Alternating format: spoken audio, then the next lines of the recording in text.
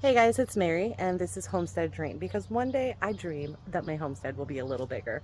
Today we're supposed to have some scattered thunderstorms coming in. It is July 3rd, so I want to get out and pick. As I'm coming through and checking over some things, actually I see some blueberries that are ready.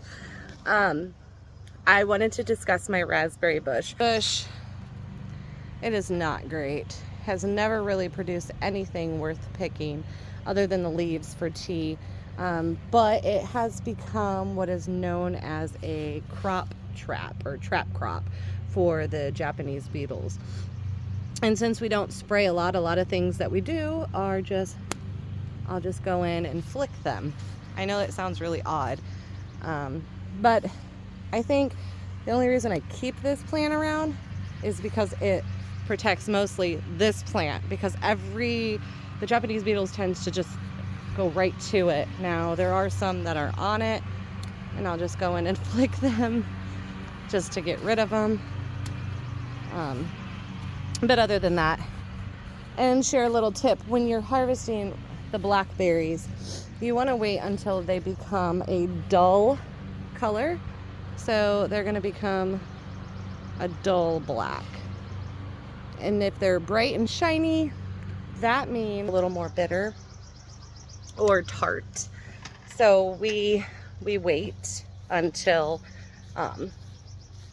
they have like a no shine to them. You can see those clouds rolling in behind me. So without further ado, let's go ahead. Here's our blackberry or blueberry. I apologize.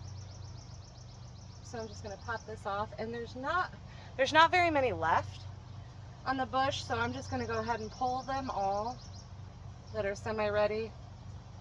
Not really concerned with putting the bags back on, because they probably won't produce anymore. And I think obviously we haven't gotten enough off of this bush to make anything with them, but it's been really nice to have for fresh eating. Let's see, oh, the Japanese beetles made their way over here. That's lovely, so exciting. That one's empty. Empty and has pincher bugs in it.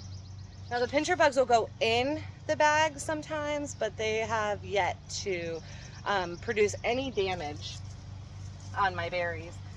And my berries are doing so much better after getting these little bags last year, because we're not having the pest damage that comes with it, you know, and the birds can't eat my berries either. So that's a win-win for us. So not enough yet to make any jams or muffins with them, but we have enough to snack on. I'm just gonna go ahead and put my blackberry in here and tie this up so that it doesn't get mixed up with anything else. And we'll collect the baggies. I mean, I could probably put these bags on something else, but I'm not really gonna worry about it. Okay, now that we're done with the berries, we're gonna focus working on the raised beds, harvesting what we can, and then we'll go over into the main garden. I will say that there have been a lot of changes since the last time that we were videoing. Like, we're gonna have some cucumbers coming on this one real soon, and I'm being extra cautious while I'm working with this tower, because I know we have let me see if I can find him. And a Fred is what we call our assassin bugs.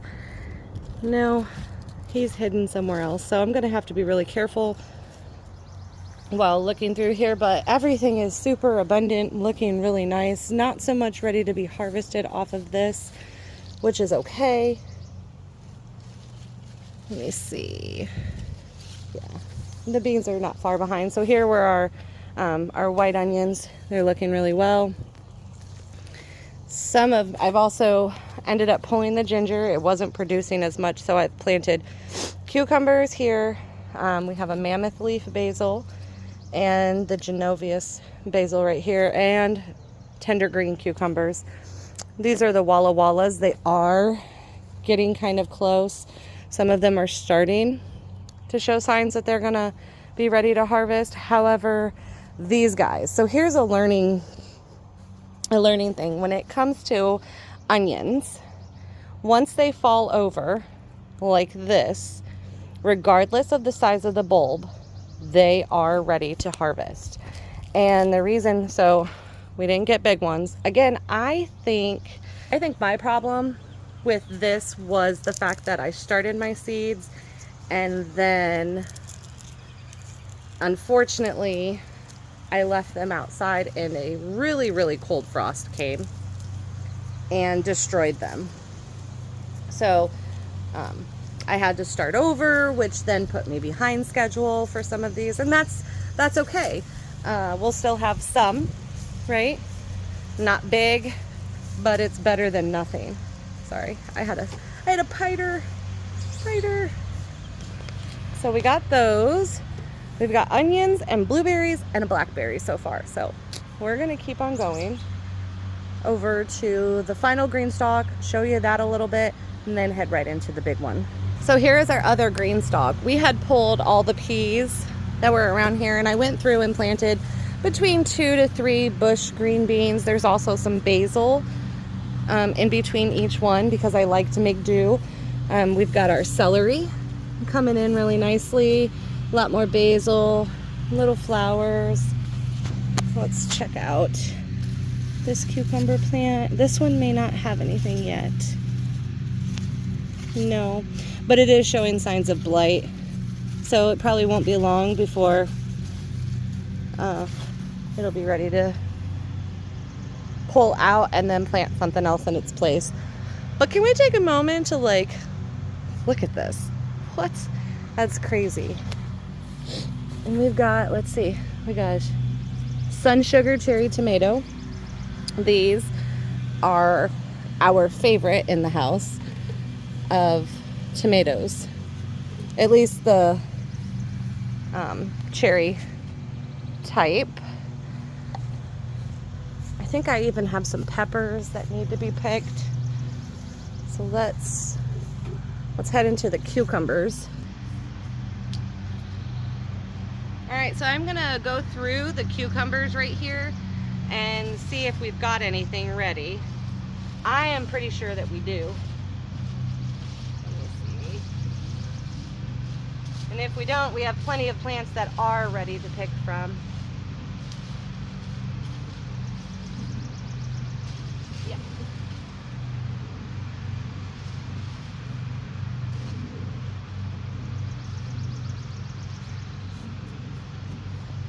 So when we harvest our cucumbers, I like to leave the little bit of the stem there, because that's where the moisture is, and I feel like it helps the cucumber last a little bit longer. Now I will say we've got quite a bit of peppers. Shockingly, being in July, I didn't think that we were gonna have as many. Let me see. These are the jalapenos.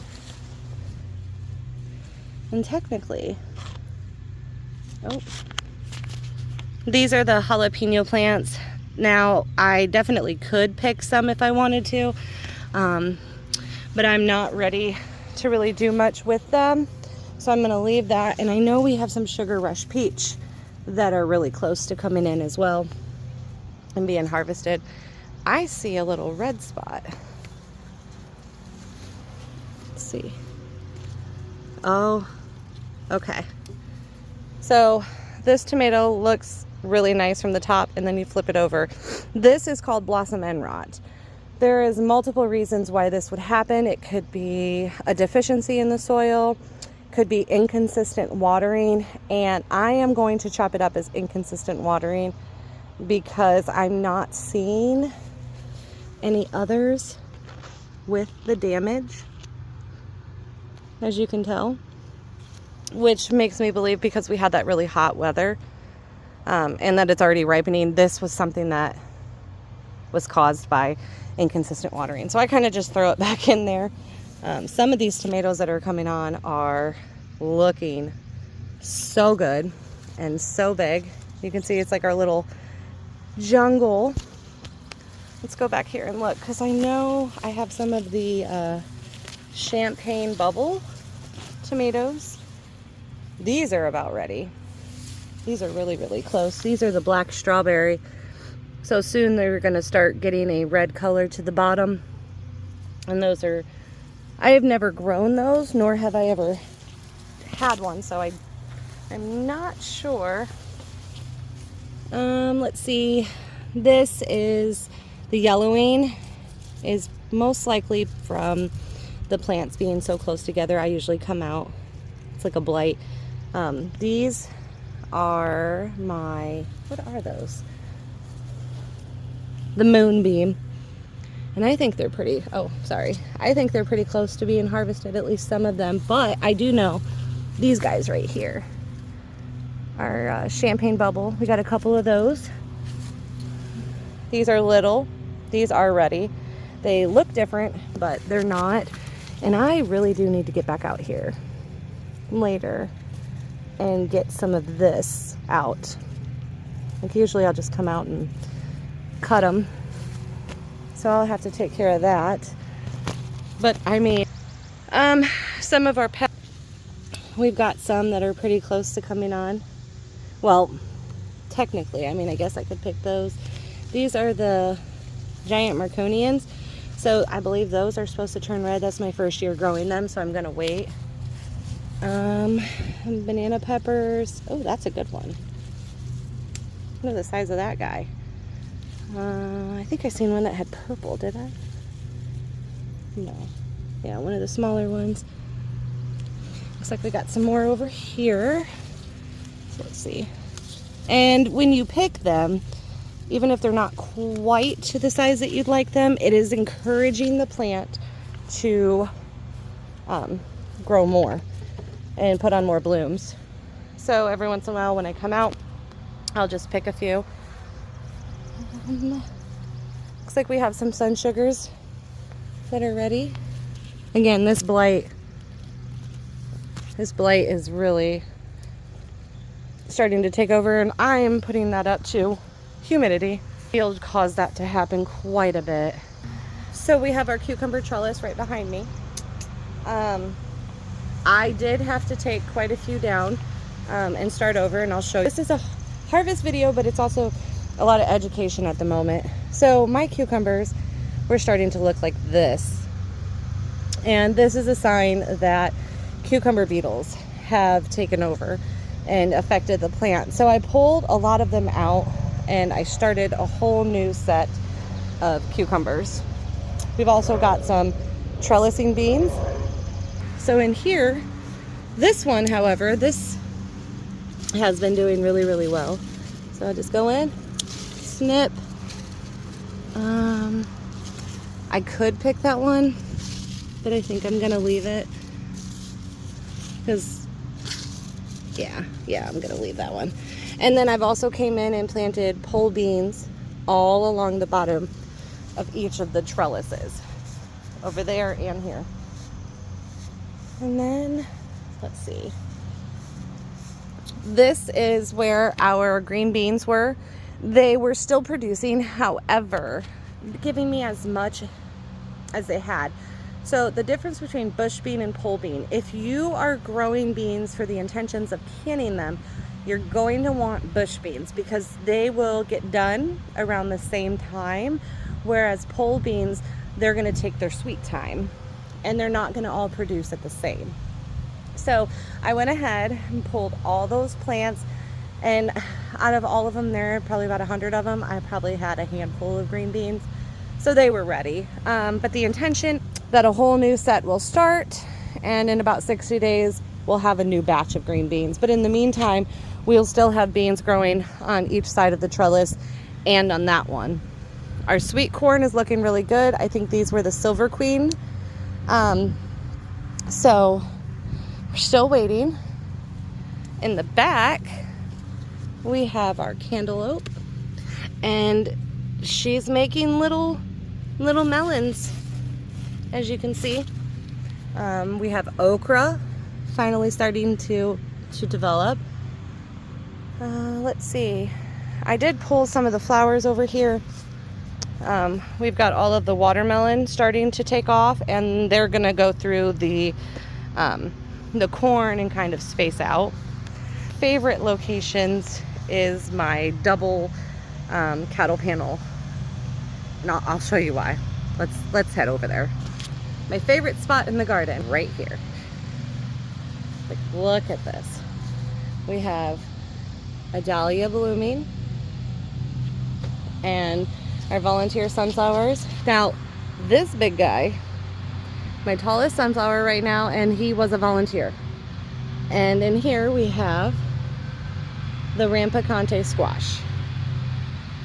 Now, the Rampicante squash is the squash that I harvest smaller for the intentions of using as zucchini, well, primarily just zucchini for zucchini bread. And I think we might only have one, but we have cucumbers all in between here. I gotta watch where I step. But, yep, we got one right there.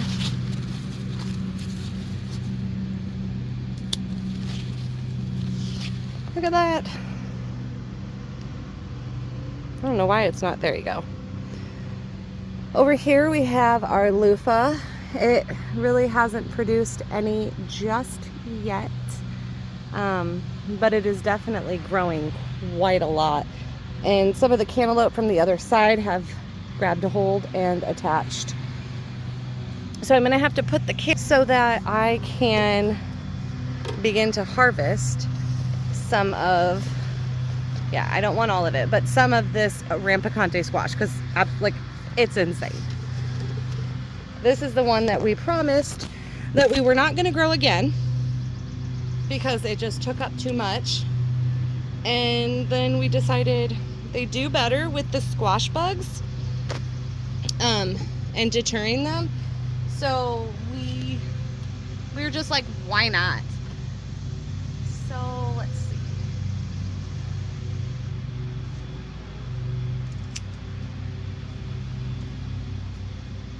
Harvest this big guy. I mean, like, seriously, look.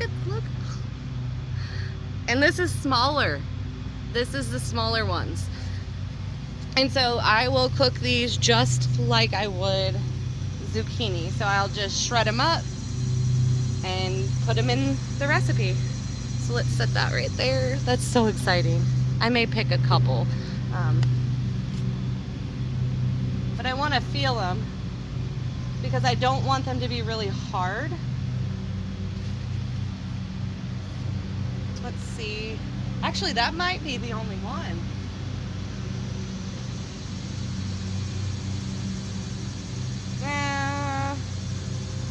I mean, worst case scenario, it's not completely to the spot that I want it in. But, yeah, look.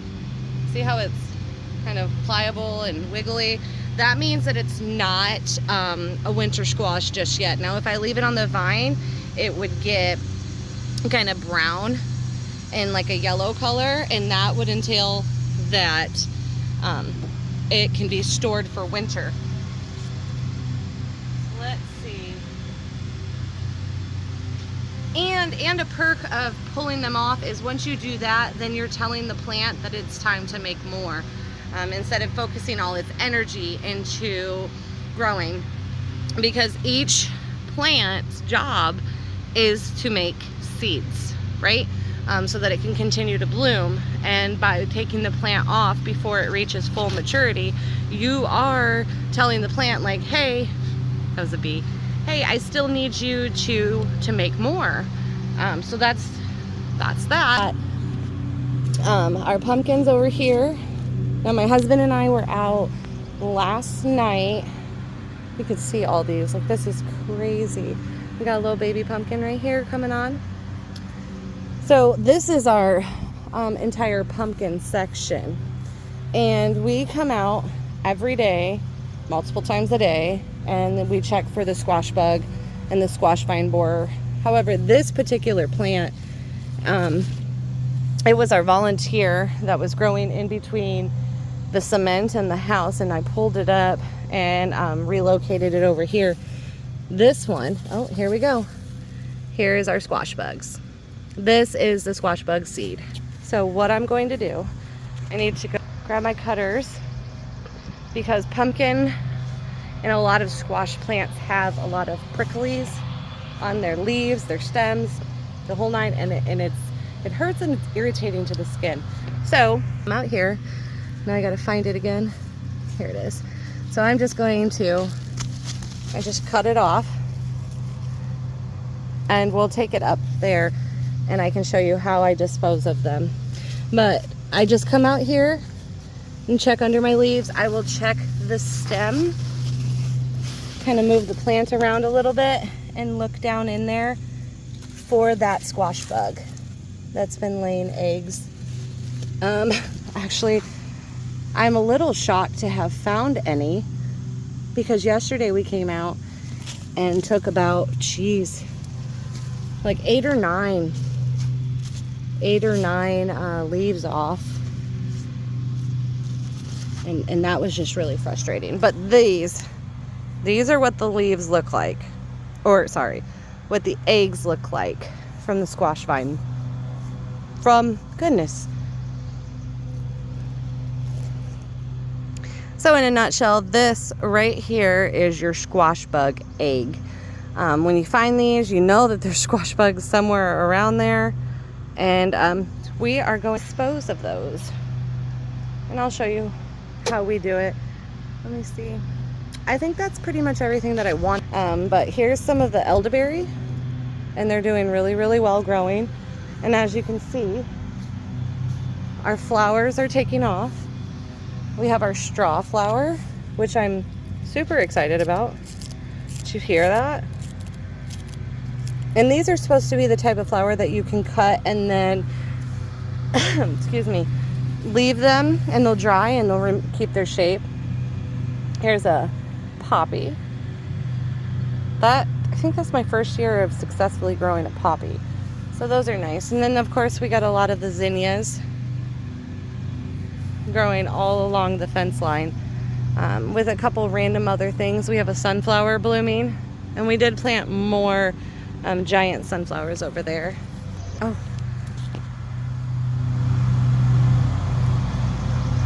Look at that. Look at that little bee. Just getting its pollen on.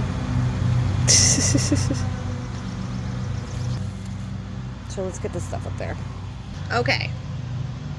So, my husband's torch, we turned it on, and we literally are just going to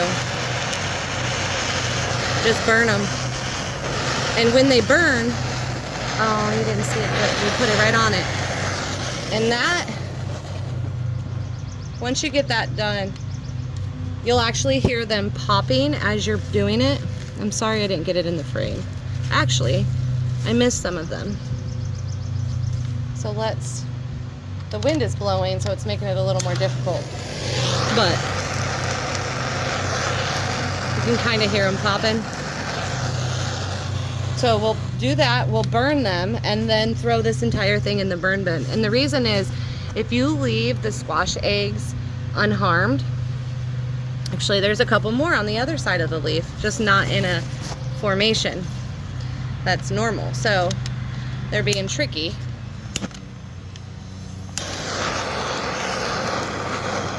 Just burn them,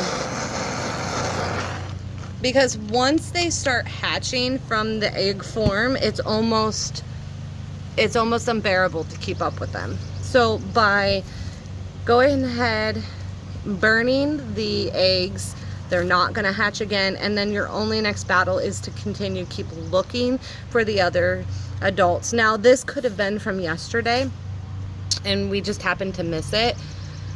Because we did pull off 2 mating squash bugs. Like, they were literally mating as we grabbed a hold of them. Now we'll normally just squish them, or yeah, we normally squish them. They say you can also throw them in like soapy water, but we'll just go ahead and squash them, because the squash bug pest pressure will soon completely die back. So thank you for giving me the opportunity Thank you for allowing me into your home to show you how we do it here at Homestead Dream. Have a great day.